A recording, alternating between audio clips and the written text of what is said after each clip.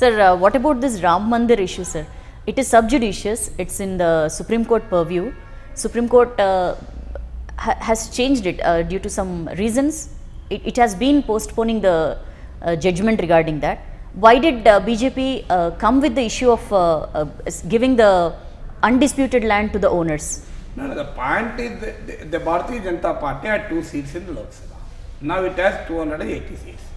How was it possible? The single most important issue that has catapulted BJP from a party of 2 seats to 280 seats is the Ram Mandir movement. So, without Ram Mandir movement, you can't imagine BJP coming to power. So, obviously, BJP knows that that is the political issue. So, at a time when several other issues proved to be failure, then the only issue that they can depend upon is Ram Mandir.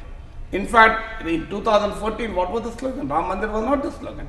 The slogan was Gujarat model of development. Yeah. Are you hearing Gujarat model of development in the last 2-3 years? Never. Nobody is talking about it.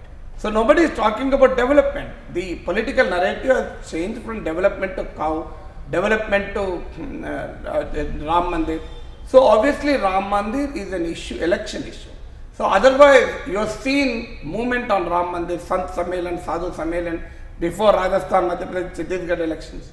Afterwards, nothing again. Now on the eve of the parliament elections, again Ram Mandir issue comes to the fore. And after parliament election, it will disappear. So the Supreme Court, the case is before the Supreme Court, and the Supreme Court very clearly said that it is not a priority issue for us. Because heavens will not fall if the Ram Mandir case is settled before May. In fact, an extreme polarization which Supreme Court judgment may effect is not good for democracy also, especially at a time of elections. So therefore, in its own wisdom, Supreme Court might have thought that it is not an issue that has to be dealt with priority. Political parties may consider it as a priority for electoral advantages, but judiciary cannot consider it as a priority issue. So in fact, the court was supposed to hear, the 5-member judge bench is supposed to hear on 29th of this month, and suddenly one of the judges was not available. The hearing was again postponed. Yeah. Now the government says leave the 0.33 acres of disputed land and I'll remove the status quo on the 67 acres adjoining that area. In 1993, the government of India has acquired 67 acres beyond the disputed structure.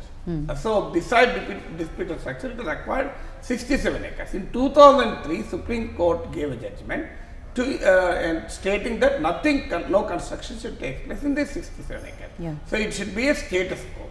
So the 2003 Supreme Court imposed status quo.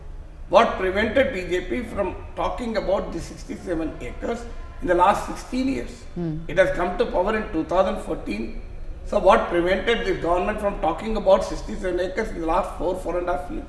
Why should it speak about the 67 acres only now? Yeah. The idea is once the 67 acres which has been acquired by the government, the stay is lifted, the government plans to hand over that land to the Ram Mandir Trust, Ram Janmabhoomi Trust, and some activity will begin. And this activity will yield electoral dividend. So that is the only issue. People are not opposed to Mandir or construction of Mandir at some place at Ayodhya. Nobody objects to it. But the objection is the use of Ayodhya dispute for electoral advantage itself is matter of concern.